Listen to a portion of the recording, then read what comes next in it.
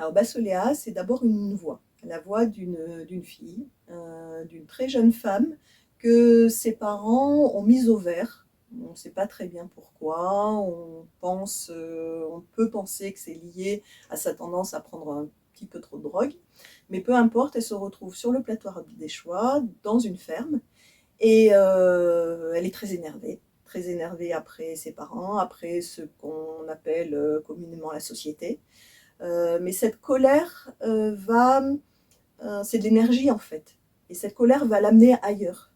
Et notamment, elle va l'amener dans la cave, où elle découvre une brèche. Elle se met à creuser, à construire, à inventer finalement une sorte de véranda sous terre, là où une véranda habituellement donne plutôt sur le jardin. Et tout ça va la mettre en mouvement. Euh, c'est va la mettre en mouvement, va la mettre en joie. Elle va se passionner pour tout ce qui se passe dans le sol vivant, sous terre, sous nos pieds. Elle va même à un moment donné comprendre que ça a un peu remplacé la drogue, elle dit qu'elle se shoot à la vie.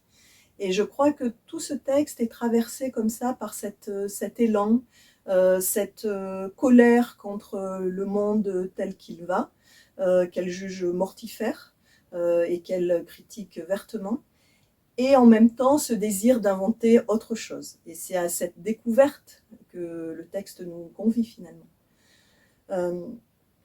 Ce que je pourrais rajouter, c'est que mon travail se situe vraiment à la frontière des genres biologiques, mais pas seulement, à la frontière des genres littéraires.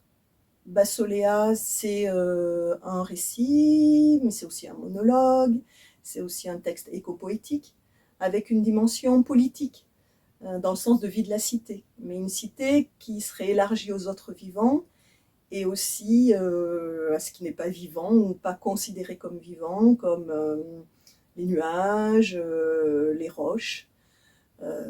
Voilà. Bassoléa, c'est un petit peu tout ça.